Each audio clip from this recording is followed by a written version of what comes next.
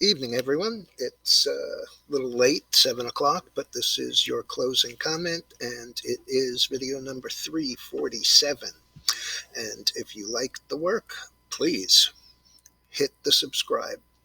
Okay, so it was a very ugly day, and the parts of it that weren't ugly, anecdotally, were really negative. I'll give you a couple of advantages in a second, but I will give the numbers first. The Dow closed down 525 after being up 150. NASDAQ was never up and closed down, almost on the low, down 330 or 3%. The S&P was down 78.65 or 2.37. The biggest loser by just 0.02% was the Russell, down 45.59 or 3.04 compared to 3.02 for the NASDAQ. And the Dow Jones transports were down 119.44, just a shade over 1%. Most of the gains early on were given up by the end of the day. For example, in the pre-market, Nike traded as high as 134, new all-time high. Never made it anywhere near that in the regular trading hours, and finished the day a respectable 126.73, up 9.86. The Johnson & Johnson, which had great news on the international front of their COVID-19 single shot vaccine going to stage 3 trials on 3 continents, had traded as high as 147.55 and finished the day up a scant 23 cents at 144.44. Stitch Fix, which traded as high as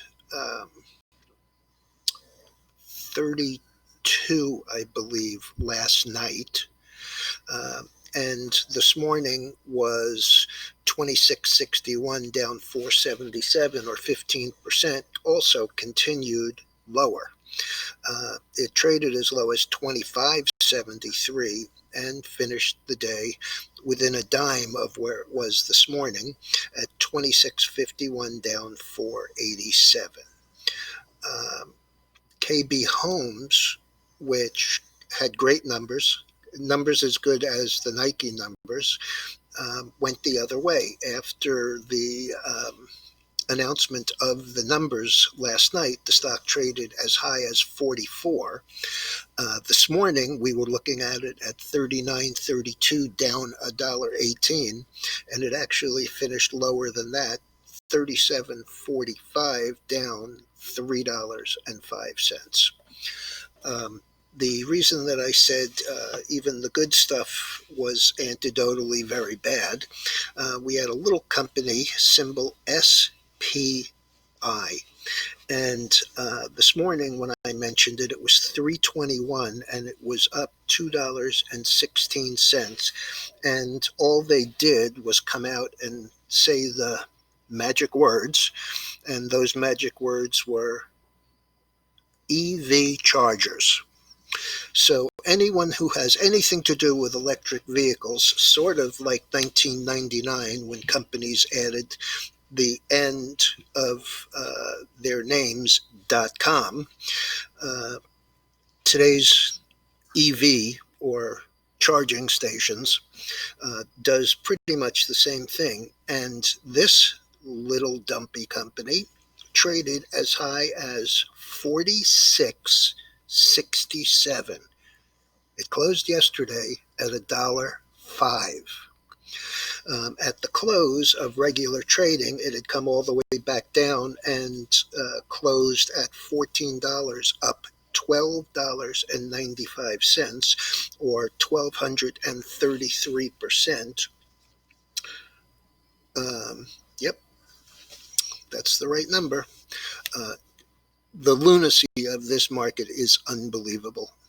I mean, you know, to see these kind of moves every single day, and to see moves of 8 and 10 and 15% almost every day in some of the biggest names is not a particularly good sign. I mean, it's very frothy and frankly, very disturbing. Okay, more disturbing was a loss that I had to take today selling the Newmont Mining calls. This is the gold chart, and it looked to me like we were going to hold after coming down and testing this low, but was not to be. It was up a little yesterday, and then today opened here, and then as soon as it broke through this number, which I guess was about 1874, 1875. Yeah, 1874.20. We continued lower, making a low today, substantially lower than that, 1856, and then closing towards the bottom. The only good thing I can say about this is that it's right on top of the 100-day moving average, the red line, and it's bouncing a tiny bit off the low tonight. I'd like to say that this was all because of the newfound strength in the US dollar, but you know, it doesn't match up on a day-by-day basis. The dollar did continue to extend, as I've been saying for weeks since back in here, that it looked like we were trying to bottom, and it looks like we have. But I don't think that we have much more than possibly a 95 or 95 and a half under this falling 100-day MA. You know, this is a tough market, and the US dollar has many issues, not the least of which is the amount of money that has been pumped into the system. We're now having auctions every week, and every week it's exactly the same thing. This was the largest auction of this particular maturity. This is the lowest price for this maturity. So I really can't get excited for this. The market, overall market, looks like, to me, looks like about 10,000 on the NASDAQ as the next area where it will stop. Let's see if I can get you that. NASDAQ. Here we go. These are the futures, and they're 10,800. 10,500 is right here where the 100-day comes through, but this is a pretty strong area of support down here, right in this neighborhood, between 10,200 and 10,000. So I'm bearish right now. Could change in a heartbeat. We are in the, we're short the bonds, and we added to that position today also. And when I say we're short the bonds, that was on the basis of the TBT, which is short bonds, long interest rates. And I can't imagine that we've seen this type of a formation constantly. We had it in the gold, we've had it in the dollar, and for the most part, we've broken the trend line there. I fully expect this to try 173 or lower.